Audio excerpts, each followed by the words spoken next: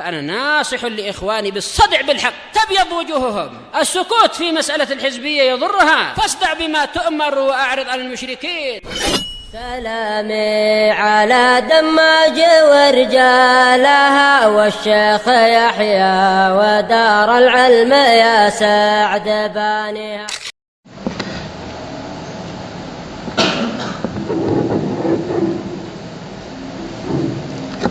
Bismillahirrahmanirrahim. Alhamdulillah hamdan katsiran tayyiban mubarakan fihi kama yuhibbu rabbuna wa yarda. Asyhadu an la ilaha illallah wahdahu la syarika lahu wa asyhadu anna Muhammadan 'abduhu wa rasuluh. Nabiyullah wa khaliluh sallallahu alaihi wa ala alihi wa sallama tasliman mazida la nabiyya ba'dah. Ikhwan fid din, a'azzani wa a'azzakumullahu jami'an wa barakallahu fiikum. Kita lanjutkan halaman yang ke-111. Bab fadli man 'alima wa 'allama. Pada pertemuan sebelumnya kita telah menjelaskan sedikit mengenai keutamaan ilmu dan juga orang yang mengamalkan ilmu. Di sini Al-Imam Al-Bukhari meletakkan bab fadli man 'alima wa 'allama, keutamaan orang yang berilmu dan mengajarkan ilmu. Termasuk dalil yang sangat jelas adalah hadis Utsman ibn Affan radhiyallahu anhu yang diriwayatkan oleh Al-Imam Al-Bukhari rahimahullah, khairukum man ta'allama al-Qur'ana wa 'allamah. Sebaik-baik kalian adalah orang yang mempelajari ilmu Al-Qur'an dan juga mengajarkannya. Kita baca hadisnya barakallahu fiik. Qala al-Imam Al-Bukhari rahimahullah, haddatsana Muhammad ibn al-Ala. Muhammad ibn al-Ala Abu Quraib Ibn Quraib, Abu Quraib Ibn Quraib Al-Hamdani Al-Kufi, hafidhun thiqatun imam. Abu Quraib Ibn Quraib Al-Hamdani Al-Kufi, hafidhun thiqatun imam. Qala haddatsana Hammad ibn Usamah. Hammad ibn Usamah adalah Hammad bin Zaid Abu Usamah Al-Kufi. Hammad bin Zaid Abu Usamah Al-Kufi, hafidhun sabtun thiqatun. Abu Usamah Al-Kufi, Hammad bin Zaid, hafidhun sabtun thiqatun.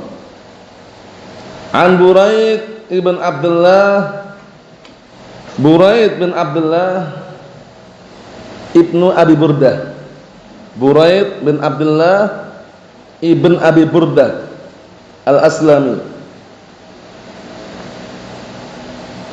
ibn Abi Musa Al-Ash'ari. Paham?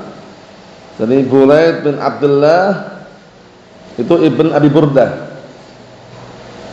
An Abi Burdah, Abi Burdah Al-Aslami, imamun faqih sabtun qila ismuhu Amir. Abi Burdah Al-Aslami ada yang mengatakan namanya adalah Amir, imam faqih. An Abi Musa Al-Ash'ari radhiyallahu anhu. Abu Musa Al-Ash'ari tidak asing lagi di tengah kita. Siapa namanya? Sahabat yang mulia yang dikaruniai suara yang indah seperti indahnya suara Alu Dawud alaihissalam.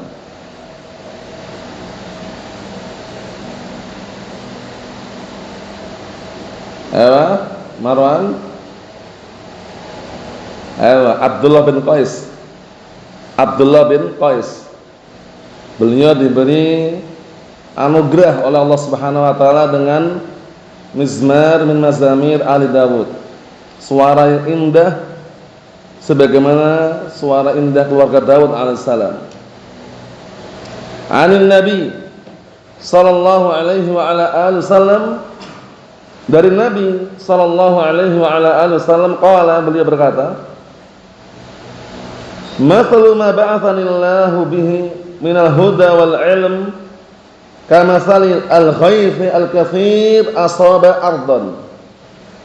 Permisalan petunjuk dan ilmu yang Allah Ta'ala utus aku dengannya, ngartikannya gitu ya. Permisalan petunjuk dan ilmu yang Allah Ta'ala utus aku dengannya, kamathalil ghaythil katsir asaba ardan, seperti permisalan hujan yang deras, hujan yang banyak yang menimpa suatu tanah. Tanah itu kan macam-macam. Ada tanah yang subur, ada tanah yang tandus, sehingga daya serapnya pun beda-beda. Ada tanah yang keras, dia hanya nampung tapi nggak menyerap. Ada yang nampung dan menyerap. Ada yang subur. Paham? Kita lihat.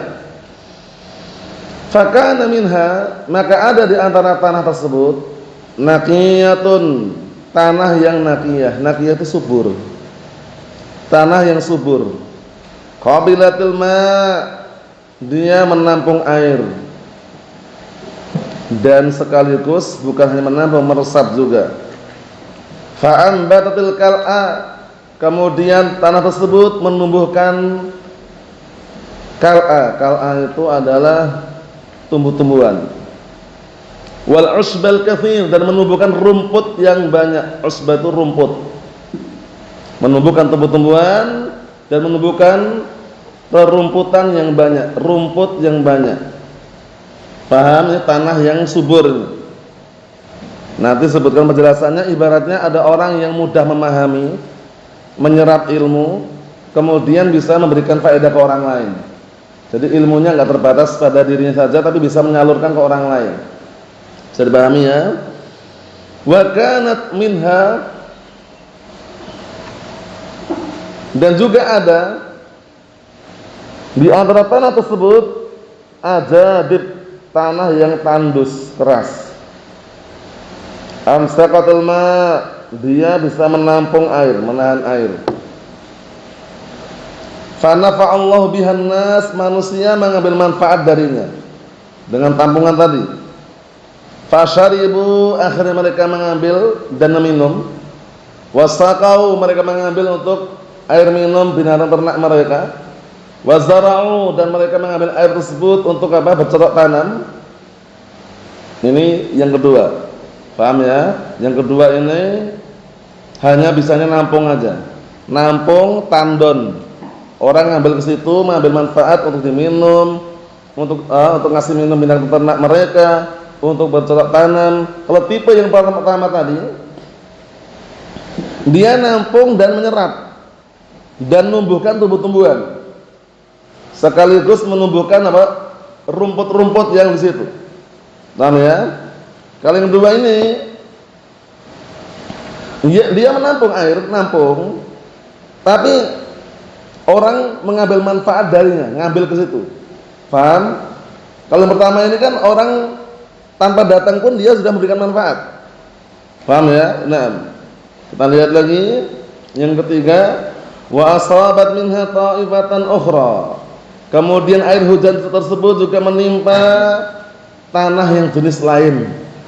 Innama hiya qi'an, tanah yang tandus, keras.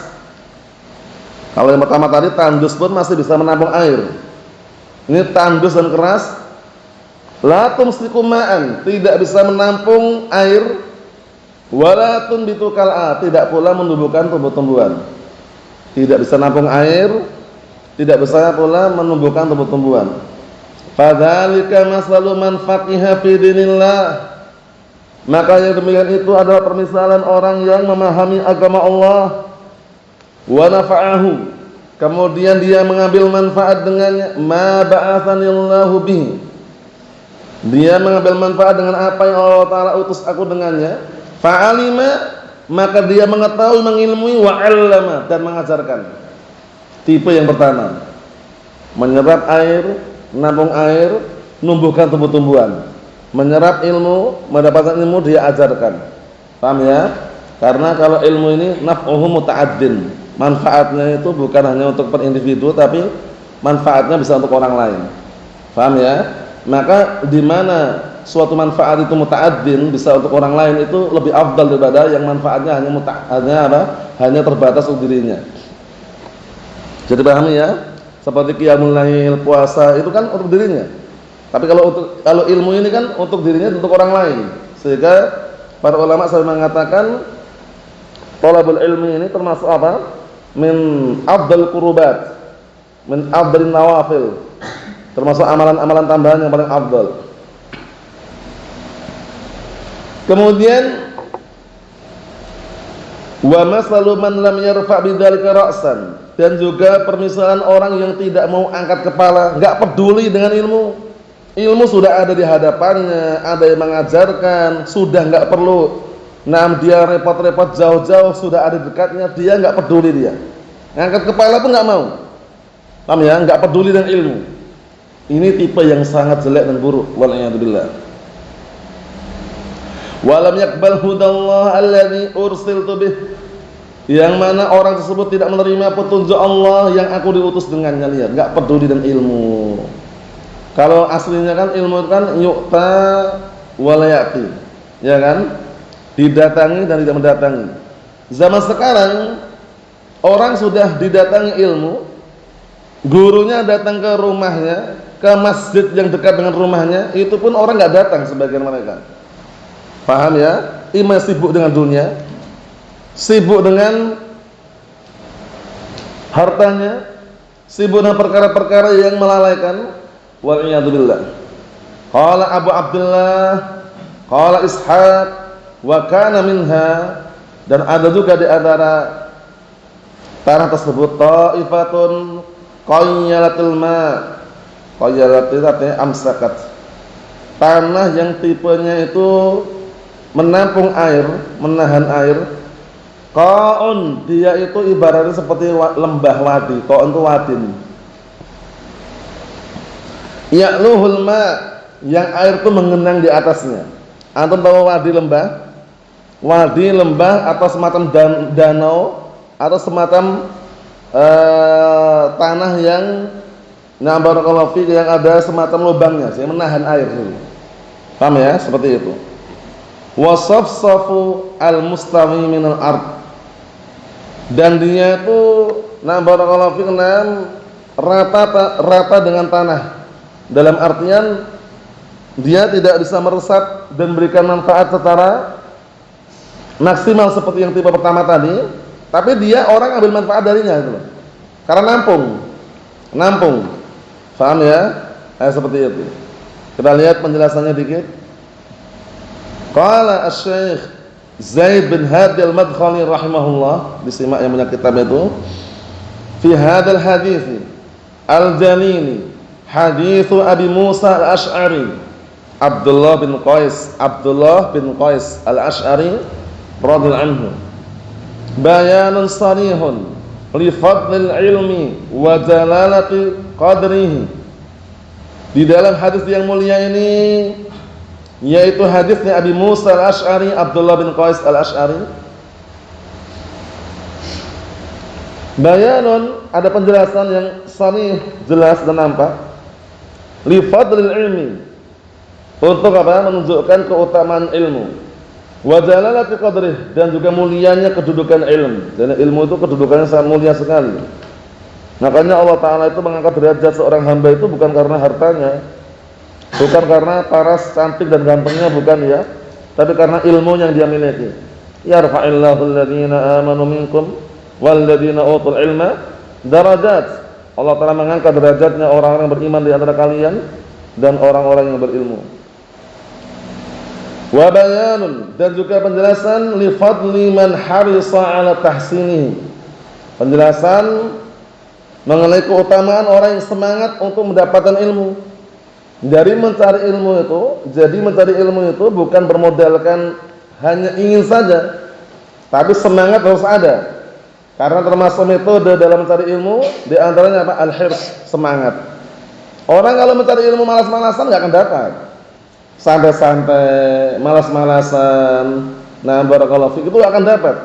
Makanya Nabi kita Muhammad sallallahu alaihi wa ala alihi wasallam di dalam hadis yang sahih riwayat Muslim, hadisnya Abi Hurairah anhu, beliau mengatakan ihris ala ma yanfa'uka wasta'in billah wa la ta'jiz.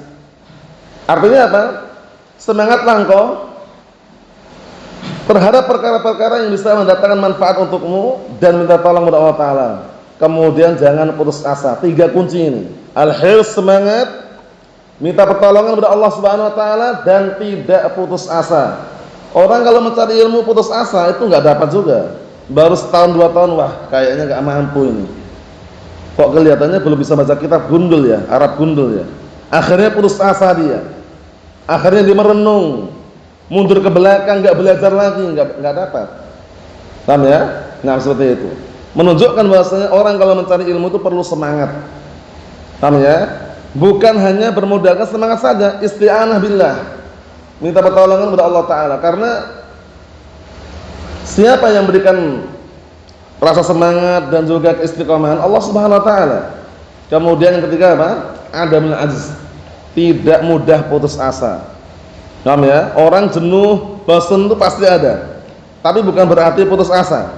Paham ya? Diarahkan kepada amalan-amalan sunnah yang lainnya, amalan-amalan baik yang lainnya, bukan diarahkan kepada amalan-amalan yang sia-sia, yang melanggar syariat. Karena sunnatullah jalla wa ala, termasuk ketetapan Allah Subhanahu wa taala, orang itu enggak mungkin semangat terus. Kadang ada masa-masa dia semangat, kadang ada juga momen-momen tertentu dia apa? Bosan, itu ada, sehingga tidak selamanya semangat. Sebagaimana hadisnya Abdullah ibn Amr ibn al-As radhiyallahu anhuma, Rasulullah SAW mengatakan, likulli amalin syirrah wa likulli syirratin fatrah, faman kanat fatratuhu ila sunnati faqad aflah, wa man kanat ila ghairi dzalik faqad halak. Artinya apa? Kata Rasulullah SAW, sesungguhnya setiap amalan itu ada masa-masa semangat. Orang semangat, masya Allah, semua ditulis, catat, kemudian murajaah, diulang-ulang lagi. Ada masa-masa semangat.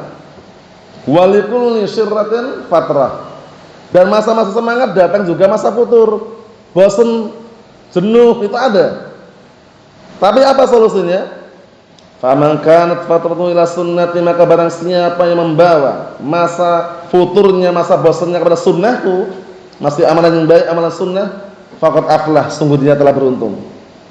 Paham ya? Wa man kanat ila ghairi dzalik, dan barang siapa yang membawa masa futurnya, masa bosannya dibawa kepada selain sunnah, dibawa kepada perkara sia-sia, perkara yang haram, judi online, pinjaman online, game online, atau yang semisalnya, maka faqad halak, sungguh dia telah binasa. Jadi larinya ketika futur bukan lari kepada perkara maksiat, tapi masih dalam lingkupan sunnah. Misalkan dia ketika semangat, begitu duduk pagi aja langsung bisa hafal 2 lembar misalkan Al-Quran, misalkan pas semangat-semangatnya itu misalkan. Nah, datang masa bosan, masa futur, menghafal satu halaman, satu muka aja berat, dia ambil setengah aja lah, masih lingkupan sunnah maksudnya. Paham ya? Nah, dia setorkan setengah pun nggak bisa juga. Ya, paling-paling minimal ngulanginya udah hafal, nggak masalah, masih dalam lingkupan sunnah itu maksudnya. Paham ya? Nah, sudah datang masa futur, masa bosan, malah melamun, ya kan? Malah mojok sendiri, la salam wala kalam, itu nggak tepat. Paham ya? Nah, barakallahu fi. Setiap orang itu pasti perlu dan memerlukan hiburan. Tapi hiburan yang terbaik untuk para talabatul ilm adalah membaca di antaranya. Larinya ke membaca itu. Paham ya? Nah, barakallahu fi. Permainan-permainan itu hanya tambahan. Paham ya? Membaca, menelaah, kemudian membolak-balik buku tulisan atau catatannya itu termasuk hiburan. Dan boleh juga hiburan-hiburan yang lain yang tidak berseberangan syariat, seperti rekreasi, piknik, paham ya? Refreshing. Tapi pada perkara-perkara yang mubah, perkara-perkara yang tidak berseberangan syariat. Kata beliau, wa bayanun fadli man harisa ala tahsinihi wa akhdhi nasibihi minhu. Dan juga menjelaskan keutamaan orang yang mengambil bagiannya dari ilmu tersebut. Karena ilmu ini termasuk harta peninggalan yang sangat berharga. Termasuk warisan yang diwariskan oleh Rasulullah sallallahu alaihi wasallam. Sehingga kalau kita enggak ambil bagian, enggak dapat. Makanya waktu itu ketika Abu Hurairah radhiyallahu anhu berdiri di pasar Madinah waktu itu,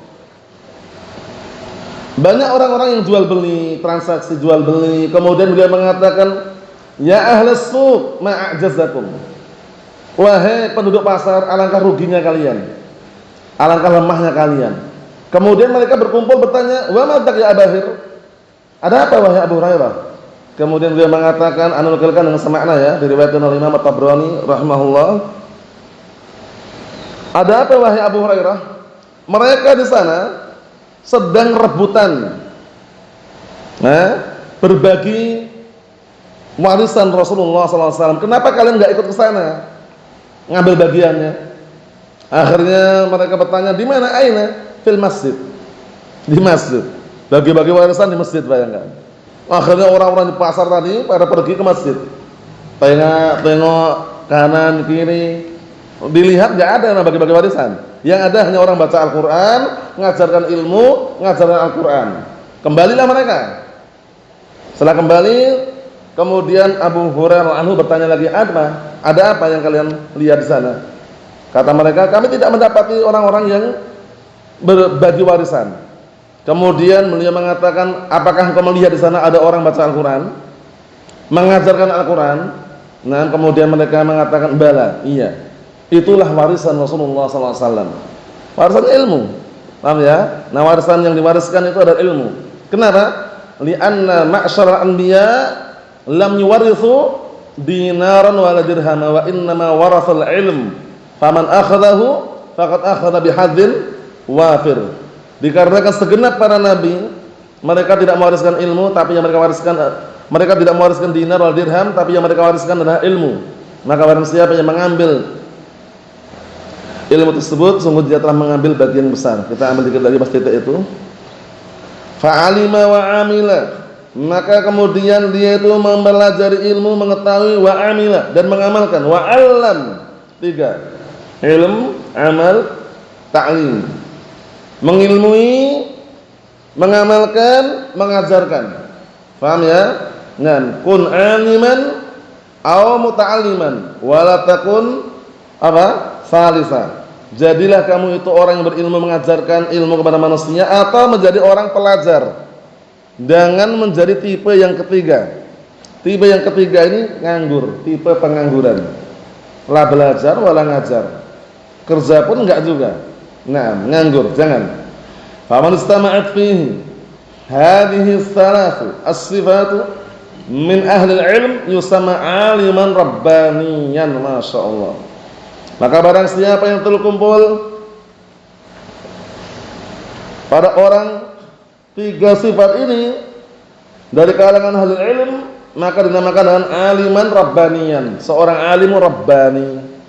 Huwa alladhi yu'allimu an-nasa min sigharil ilmi qabla kibarih. Itu orang yang mengajarkan manusia ilmu yang dasar sebelum ilmu yang tinggi. Apa 3 perkara tadi? Apa 3 sifat tadi? Al-ilm wal amal wa ta'lim.